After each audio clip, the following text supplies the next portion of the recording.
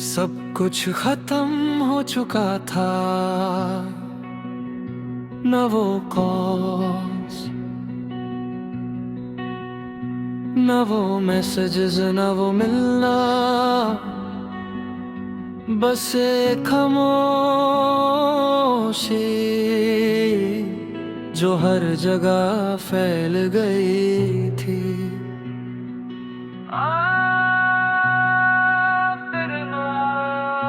जो कुछ हुआ था वो इतना हैवी था कि मैं समझ नहीं पा रहा था कि शुरू कहाँ से करूं।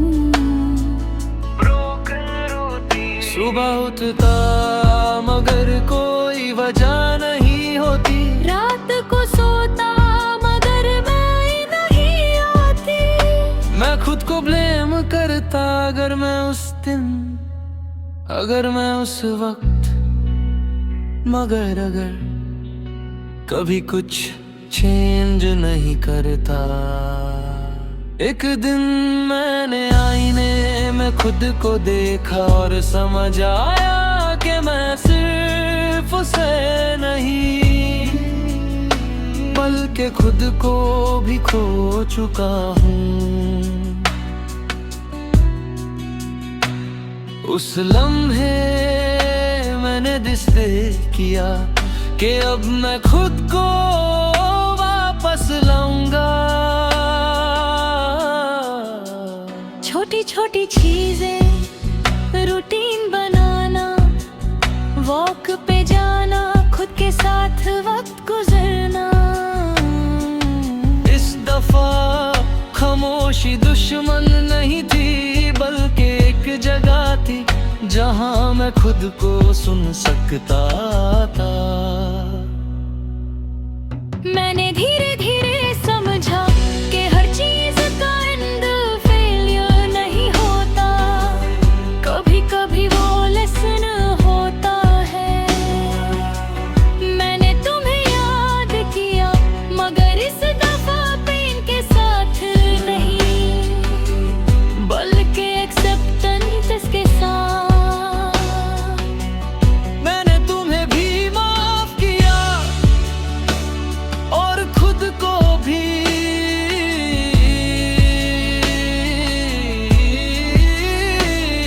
मैं बेहतर हो रहा था, स्ट्रॉन्ग नहीं मगर स्टेबल। मैंने अपनी लाइफ दोबारा बिल्ड करनी शुरू की, नए लोग, नए एक्सपीरियंसेस। इस दफा मैं जल्दी में नहीं था, न किसी को रिप्लेस करना, ऑफ करना। धीरे धीरे मुझे सुकून मिलने लगा। एक दिन मैं वही काफे गया जहां सब शुरू हुआ था। सब याद आया मगर इस दफा मैं टूटे रही।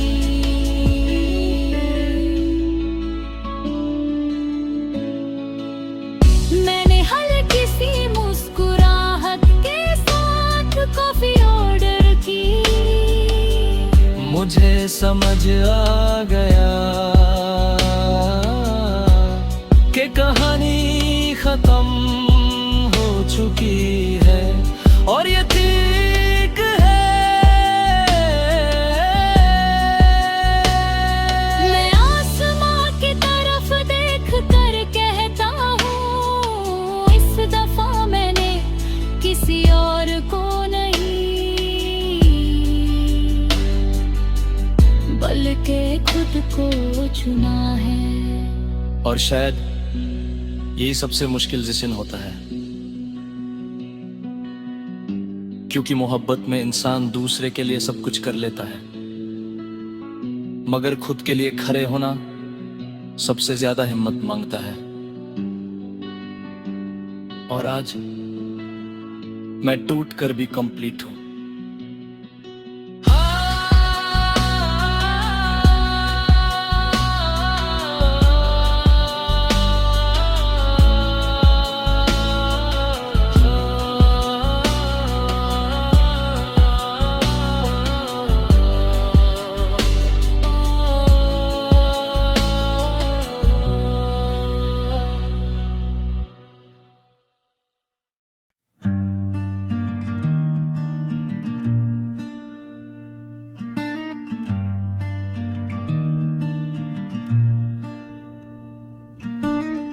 जिंदगी गुजरती गई धीरे धीरे बिना आवाज के। मैंने कभी नोटिस ही नहीं किया कि कब जवानी यादों में बदल गई। मेरा अब मैं वो नहीं रहा जो कभी था। एनर्जी कम हो गई, स्पीड स्लो हो गई, मगर एक चीज अब भी वही थी, याद। तुम्हारी याद। अब वो दर्द नहीं थी, बस एक हल्का सा एहसास जैसे पुरानी हवा। मैंने अपनी जिंदगी जी लिखा, लोग रिस्पॉन्सिबिलिटीज, और धीरे धीरे मैंने सुकून सीख लिया। अकेलेपन का सुकून, अकेले रहना अब तन्हाई नहीं लगता था, बल्कि एक आदत, एक कम्फर्ट। एक दिन मैं पार्क में बैठा था, शाम का वक्त, हल्की हवा और पुरानी यादें। वो नजर, फिर मेरी नजर दूर किसी पर पड़ी। मैं भारत व्हाइट बालों के साथ धीरे धीरे चल रही थी, धीरे धीरे चल रही थी, धीरे धीरे चल रही थी।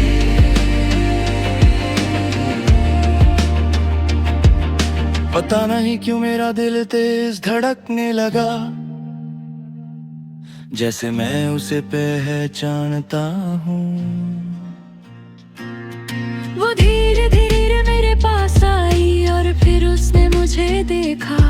हम दोनों की आंखें मिली और उस लम्हे सब कुछ वापस आ गया।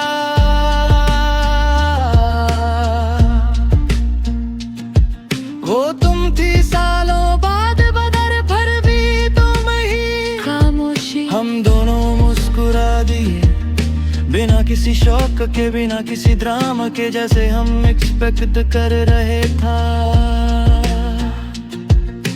तुम मेरे पास बेंच पर बैठ गई और हम दोनों आसमां की तरफ देखने लगे। पर तुमने धीरे से कहा कैसे हो, मैंने मुस्कुरा कर कहा ठीक हूँ।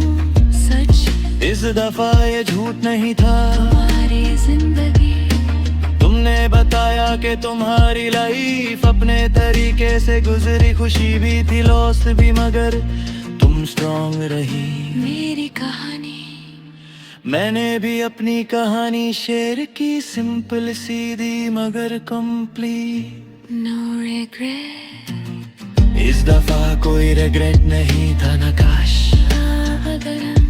बस एक सुकून था कि जो हुआ ठीक हुआ।